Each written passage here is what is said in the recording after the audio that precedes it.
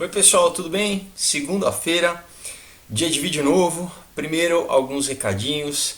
Batemos 30 mil, muito obrigado a todo mundo que está acompanhando. Como eu falei no começo, isso é uma coisa de Deus, porque em alguns meses eu acho que, enfim, está ressoando. O propósito de estar fazendo esse canal é esse, de estar falando, esses temas para vocês.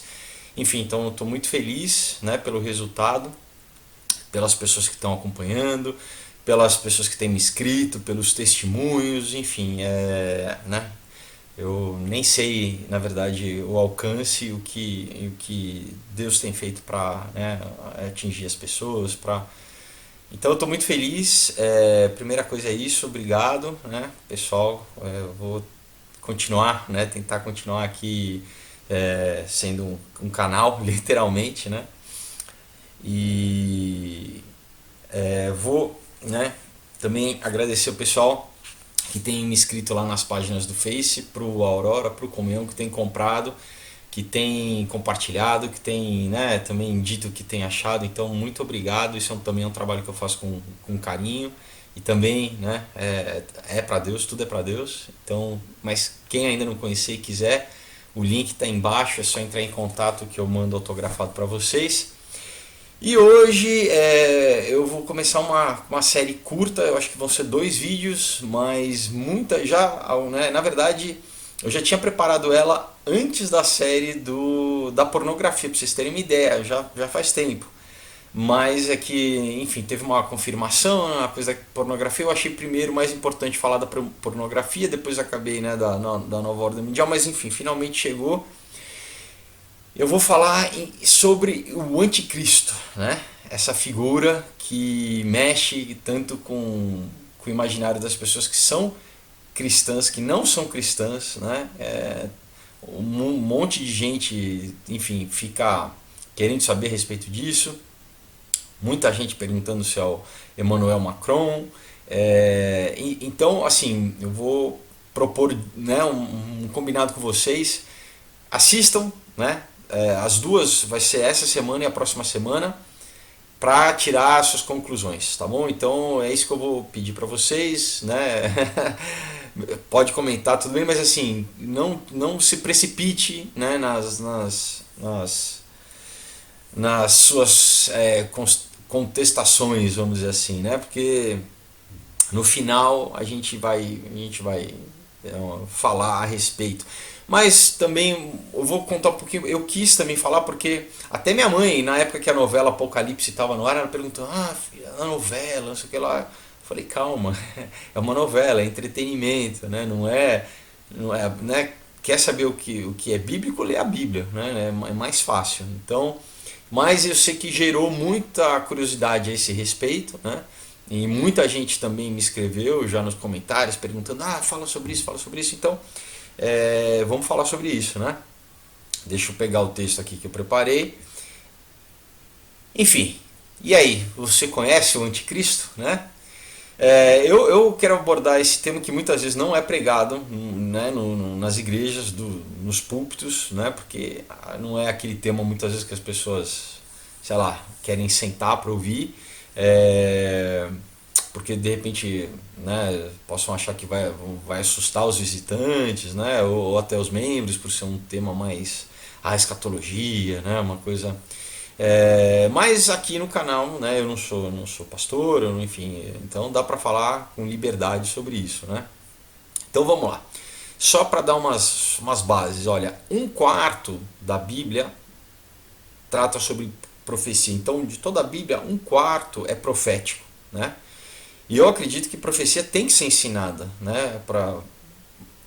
nas igrejas, para os cristãos, porque, enfim, é uma parte intrínseca, da Bíblia. Então, muita gente evita esses termos, Por exemplo, o apóstolo Paulo, no livro de Atos, ele vai para a cidade de Tessalônica, onde não haviam cristãos, e lá ele fica pregando por 3 semanas, As pessoas se convertem, ele funda uma igreja ensinando doutrina bíblica que inclui profecia, A gente sabe disso porque ele escreve na segunda carta aos Tessalonicenses, entre aspas, não se lembram de quando eu ainda estava com vocês e costumava lhes falar dessas coisas, E o que foi, né? O que era que Paulo falava? O que foi que ele ensinou, né? Se a gente lê no começo do capítulo, né, ele está falando sobre o final dos tempos e sobre o anticristo. Quando você lê em Tessalonicenses, né? E então, assim, eu não vou ler o capítulo aqui, né? Porque, enfim, pelo tempo, mas vocês leiam aí na casa de vocês. O importante é que Paulo ele ensinou esse assunto para novos convertidos em 3 semanas. Então, né, ele acabou de fundar uma igreja. Então, muitas vezes o pessoal pensa na igreja, mas né, não pode, é o leite que a gente precisa dar, não podemos dar alimento sólido, não podemos entrar nesses temas mais complexos, né? Mas Paulo não fez isso, né? Ele ficou 3 semanas, né, falando sobre esse tema. E para novos convertidos, né, novos cristãos.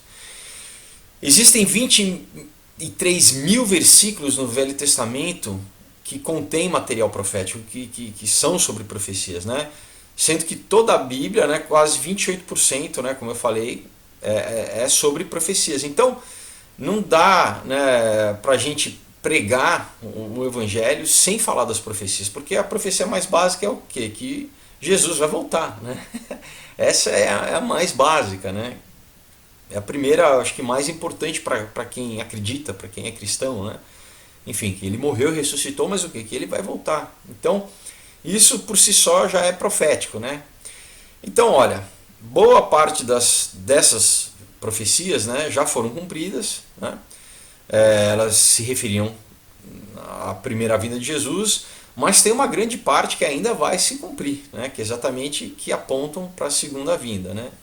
Poucas pessoas veem profecia como uma ferramenta evangelística, mas eu acredito que o cumprimento das profecias ao longo da história, inclusive nos nossos dias, né, é uma amostra inegável para, né, um não convertido sobre o poder de Deus, sobre a existência de Deus, sobre como ele é real e como ele tem conduzido a história da humanidade, né, ao longo do tempo. É claro que isso é acompanhado de revelação, né, como diz em 2 Pedro 1, 20 e 21, né, sabendo primeiramente isso, que nenhuma profecia da Escritura é de particular interpretação, porque a profecia nunca foi produzida por vontade de homem algum, mas os homens santos de Deus falam inspirados pelo Espírito Santo. Outra tradução diz assim, impelidos pelo Espírito Santo, né? Essa palavra no grego é a mesma usada em Atos 27,15, quando Paulo, né, ele estava no navio ao caminho de Roma, né, ele diz, e sendo arrebatado o navio e não podendo navegar contra o vento, cedemos a sua força e nos deixávamos levar. Né? Então é esse mesmo sentido. Né? Então, da mesma forma, os profetas eles eram levados, eles eram impelidos pelo Espírito Santo a escrever as profecias. Então, novamente, né, 1.800 versículos na Bíblia tratam da segunda vinda de Jesus. Tá? 318 no Novo Testamento, que significa que a cada 25º versículo, né, o próximo trata sobre a segunda vinda. Tá? Então, para vocês verem a quantidade de versículos tratando sobre esse tema. Né? Profecia prova a existência de Deus, né, quem Ele é, porque só Ele pode estar fora do tempo, sabendo o que vai acontecer e coordenando os fatos, né, para que as coisas aconteçam, as coisas se cumpram. Né? Em Isaías 45, 23, em Isaías 45, de 21 a 23, diz assim, quem mostrou isso desde a antiguidade? Quem de há muito o anunciou? Porventura não sou eu, o Senhor? Pois não há outro Deus senão eu, Deus justo e salvador, não há nenhum além de mim. Olhai para mim e sereis salvos, vós todos os confins da terra, porque eu sou Deus e não há outro. Por mim mesmo jurei, já saiu da minha boca a palavra de justiça e não tornará atrás.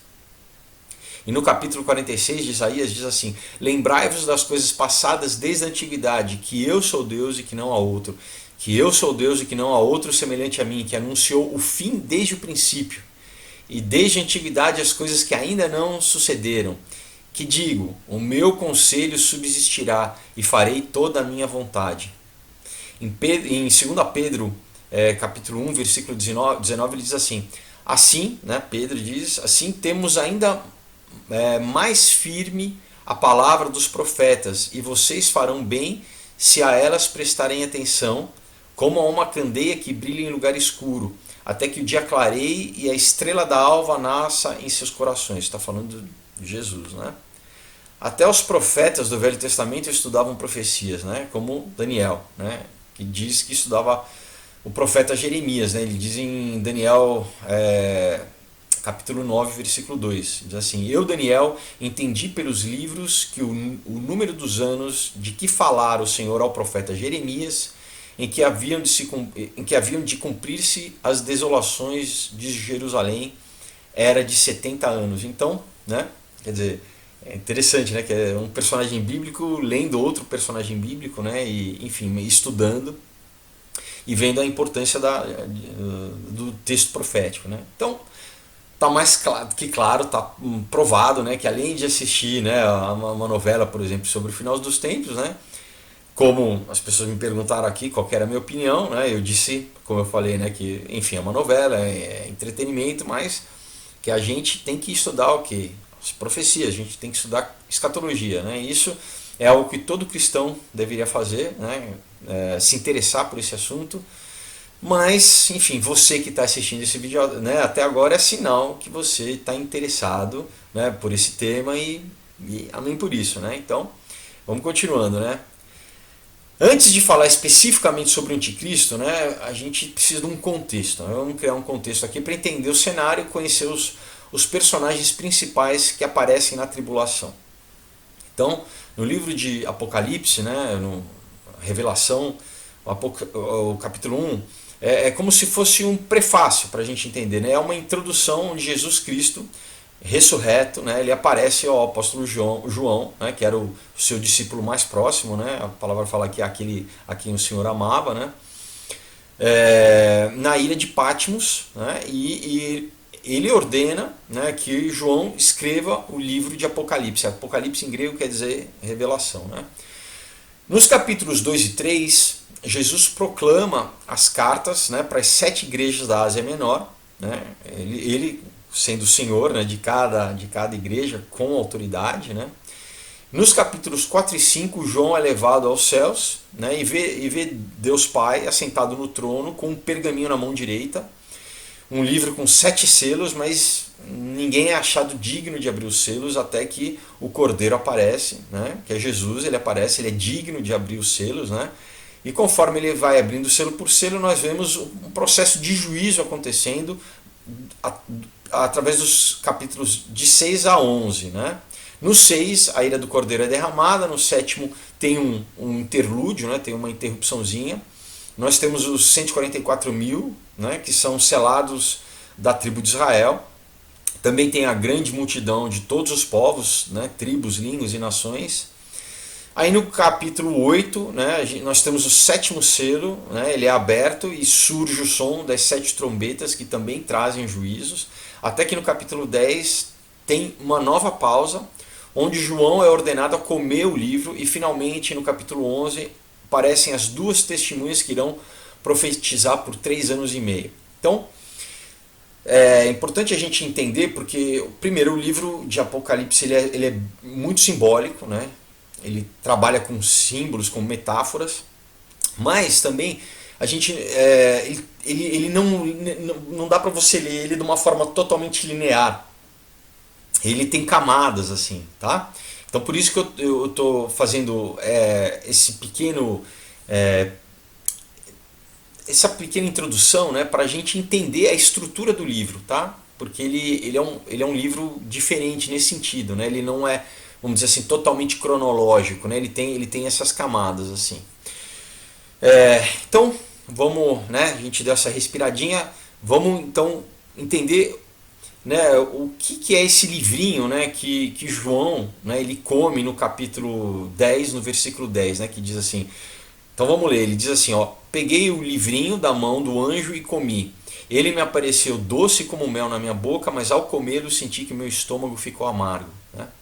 Alguns teólogos consideram que esse livro seja o próprio selo, né?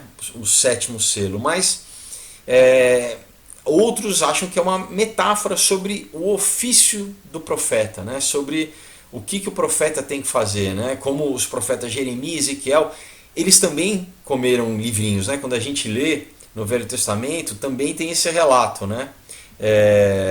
Diz assim: é necessário que ainda profetizes a respeito de muitos povos, nações, línguas e reis. Esse versículo reforça o significado do livrinho, né? João, ele é obrigado a profetizar sobre nações e sobre reis, né?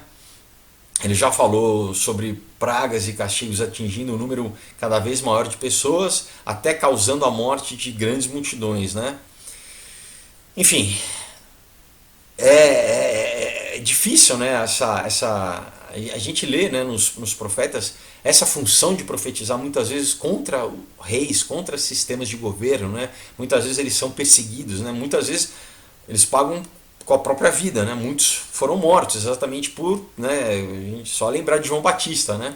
Porque eles exatamente trazem à tona aquilo que Deus está falando que precisa ser confrontado, né? Então, né, essa missão difícil de João, né, ele inclui a profecia sobre muitos povos, né, e como é amargo, né, pregar para pessoas que estão condenadas pela rebeldia delas, né. Vamos falar um pouco agora sobre as duas testemunhas, né. Da mesma forma que no capítulo 13 a gente vê que Satanás ele vai ter dois parceiros, vamos dizer, dois parças, né, por assim dizer, que são o anticristo e o falso profeta. Deus também vai ter dois homens nesse período de tribulação, né? E esses caras eles vão ser casca grossa, né? Olha o que diz no capítulo 11, de 5 a 6, diz assim: se alguém quiser lhes causar dano, da boca dele sairá fogo que devorará seus inimigos. É assim que deve morrer, é assim que deve morrer qualquer pessoa que quiser causar-lhes dano. Esses homens têm o poder para fechar o céu, de modo que não chova durante o tempo em que estiverem profetizando. E tem poder para transformar a água em sangue e ferir a terra com toda sorte de pragas, quantas vezes desejar. Vamos fazer um outro parênteses aqui. Para vocês entenderem, muitos teólogos consideram que com o arrebatamento da igreja, né, cessa o período da igreja. Então, basicamente, o período do Novo Testamento. Então, por isso que a gente vê essas duas testemunhas fazendo sinais e milagres da mesma forma que eram feitos no Velho Testamento, tá, pessoal? Então, mais ou menos assim, é como se Deus startasse novamente o relógio, né, do Velho Testamento, vamos dizer assim, do tempo, né, antes do Evangelho, né? Só que agora com uma diferença, porque enfim, todos já têm a consciência de Jesus, né? Os judeus vão entender que Jesus é o Messias, vão reconhecer que Jesus é o Messias, mas assim, a igreja ela vai voltar só para julgar, né? Para julgar junto com Jesus, vai julgar, enfim, inclusive anjos, né? Mas é meio como se o tempo da igreja se encerrasse. Então a gente lê isso aqui e, enfim, eu não, né, não dá para dizer o que é metafórico, o que é literal, mas enfim, por exemplo, que eles vão orar, né, para que não chova, da mesma forma que no Velho Testamento, né, Elias orava para que chovesse, né, você pega, né, enfim, Moisés, né, transformando, quer dizer, através de Deus, transformando, né, o Nilo em sangue, o rio em sangue. Então a gente começa a entender aqui que é um tempo que vai ter muita manifestação sobrenatural, né, na Terra, né, tanto da parte do inimigo, né, quanto da parte de Deus, né. Então vamos continuar aqui. Muitos teóricos, né, muitos teólogos acreditam que essas duas testemunhas, né, essas pessoas vão ser Enoque e Elias, né, porque no texto são os dois homens que foram transladados por Deus e que não viram a morte, né? Então eles entendem que eles teriam que passar por esse processo, né? Outros dizem que que essas duas testemunhas vão ser Moisés e Elias porque foram os personagens que conversaram com Jesus na transfiguração, né? Lembra aquela passagem um pouco antes de Jesus do Calvário, né? Quando ele tá já meio que se direcionando a isso, que ele sobe ao monte, ele tem esse encontro com, né, com Moisés e com Elias, né, que Pedro fala, você quer que a gente construa umas barraquinhas para vocês, né, ficarem, enfim. Então, por essa passagem, alguns teólogos acham né, que serão essas duas pessoas, e também pelos atos, né, que eles fizeram, como eu li, né, tornar água em sangue, fazer cair fogo do céu, enfim, né. Então, alguns estudiosos dizem que serão eles, mas outros dizem que não serão nenhum dos personagens do Antigo Testamento, mas serão homens que Deus vai levantar naquele período, tá? Que vão, da mesma forma que, por exemplo, João Batista, ele operou na mesma função de Elias, né? Então que essas duas pessoas que Deus, esses dois homens que Deus vai levantar, vão operar na mesma função, na mesma capacidade desses profetas do Antigo Testamento, né? Bom, de qualquer forma, né, diz que em Apocalipse diz que todo mundo vai odiar eles, né? Vai odiar esses dois profetas, né? Mas que eles não vão fazer, né, as pessoas não vão fazer nada contra eles, né, como da mesma forma que acontecia com Elias, né, que quando os inimigos iam contra ele, né, ele orava e Deus mandava fogo do céu, né? Muitos interpretam isso como os raios mesmo, né? Como se Deus mandasse um raio e pulverizasse, né? Então, Deus só que permite que eles sejam mortos pela besta, né, que vem do abismo, depois que eles terminam o testemunho, né, depois de terem cumprido a missão deles, né, como está escrito no versículo 7. Outra coisa, né, como o mundo todo odiava eles, né, todos vão fazer festa, porque a pregação desses dois homens ofendia eles, né, porque hoje em dia qualquer coisa que a gente fala, né, que, enfim, as pessoas se revoltam, né, tem uma comoção, e eles odiavam tanto, né, que mesmo depois de 3 dias e meio dos corpos, né, estarem estendidos nas ruas de Jerusalém, isso que a Bíblia diz, né, eles não vão ser enterrados, né, e enfim, diz né, que o mundo todo vai estar assistindo, né, e na época, como que o mundo todo ia estar assistindo um acontecimento local? Hoje a gente tem internet, né, então hoje em dia faz sentido, né, isso, como que as pessoas vão poder estar assistindo no mundo inteiro. E diz o que? Que Deus ressuscita eles. Imagina isso. Então, né, a galera vai estar celebrando que esses dois caras, né, que por 3 anos e meio, né, eles mostravam tudo que estava errado na sociedade, né, confrontando o pecado abertamente, eles são mortos, né, tem festa no mundo inteiro, né. A Bíblia diz que eles vão trocar presentes celebrando né, a morte dessas duas testemunhas. Imagina, né, como as pessoas vão estar incomodadas, né, com a pregação desses caras, chegar ao ponto deles trocarem presentes, né. Enfim, e de repente, né, a Bíblia diz que Deus vai fazer com que eles ressuscitem, com que eles fiquem de pé, né? Então, imagina o mundo vendo esses dois caras ressuscitarem. A Bíblia diz que o terror, a palavra terror, tomou conta dos que viram, e logo em seguida Deus, né, ele leva eles para o céu, né? Então deixa a galera mais apavorada ainda, né?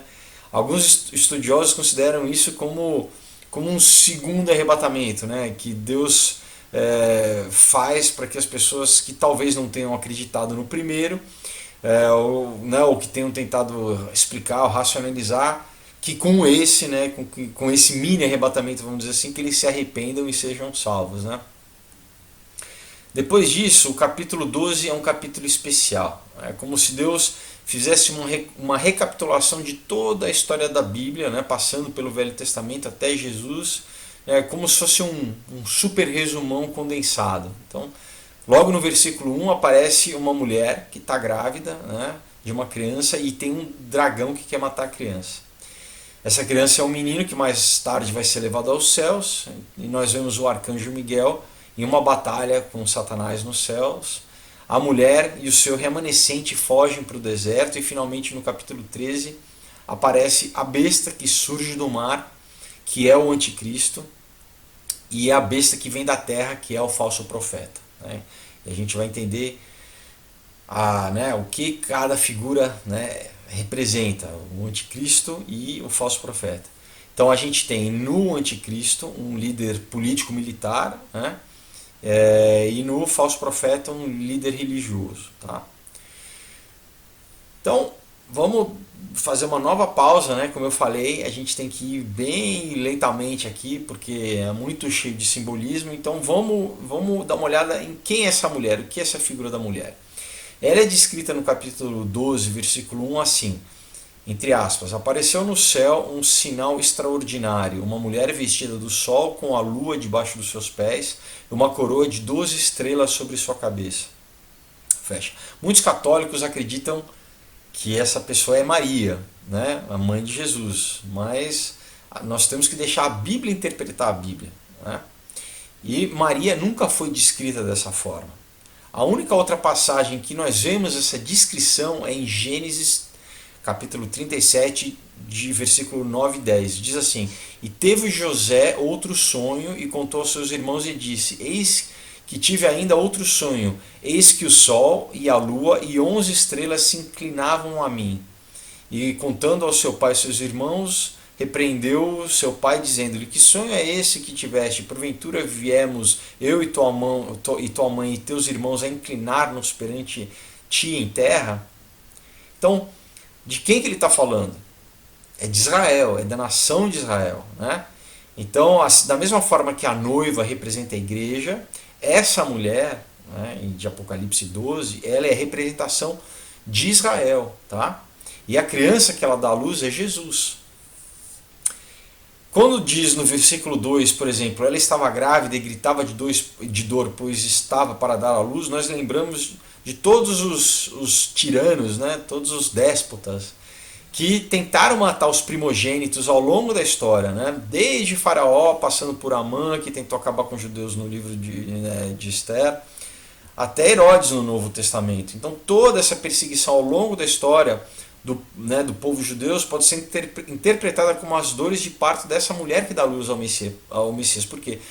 Desde a primeira profecia, vamos dizer assim, messiânica, que a gente lê em Gênesis, né, quando Deus fala que colocaria inimizade entre a mulher e a serpente, né, e que o descendente da serpente esmagaria a cabeça, né, da serpente. A gente vê historicamente esses ditadores, né, eles se levantando para o quê? Tentar acabar com a linhagem messiânica, né, tentar acabar. Então por isso que a gente lê várias vezes eles tentando matar gerações de primogênitos, né, porque na verdade não sabia quando que o Messias ia aparecer. Então, né, o inimigo levantava ao longo da história esses vasos de desonra, vamos chamar assim, nessas pessoas que eram usadas para ele para tentar exterminar a linhagem do que poderia vir a ser o Messias. Né? No versículo 17, né, fala sobre o remanescente da semente da mulher. Diz assim: E o dragão irou-se contra a mulher e foi fazer guerra ao remanescente da sua semente, os que guardam os mandamentos de Deus e têm testemunho de Jesus Cristo. Muitos imaginam que os remanescentes de Israel eles vão se refugiar em Petra, né, aquela cidade na Jordânia. Inclusive eu tenho um vídeo aí no canal que eu tive em Petra, tive essa felicidade, que ficou muito conhecido pelo filme, né, do Indiana Jones, A Última Cruzada, mas, né, era da sociedade dos nabateus e muitos teóricos dizem que é lá que durante a tribulação que os judeus vão se refugiar. Sobre a criança, é unânime entre os estudiosos que está se falando de Jesus, pois, né, no versículo 5 diz assim: E deu à luz a um filho homem, que há de reger todas as nações com vara de ferro, e o seu filho foi arrebatado para Deus e para o seu trono. E sobre o dragão não precisa nem dizer que o próprio texto diz no versículo 9. Diz assim: E foi precipitado o grande dragão, a antiga serpente chamada o Diabo e Satanás, que engana todo mundo. Ele foi precipitado na terra e os seus anjos foram lançados com ele. Então, né, agora que a gente já fez esse resumão, vamos dizer assim, no capítulo 13 a gente vai conhecer o anticristo, mas isso fica para a próxima semana. Não perca os próximos capítulos, né? Eu precisava criar, né, esse contexto para vocês começar a entender. Não adiantava só, né, falar. Então, para a gente entender um pouquinho só de como, né, que o livro de Apocalipse é estruturado, né?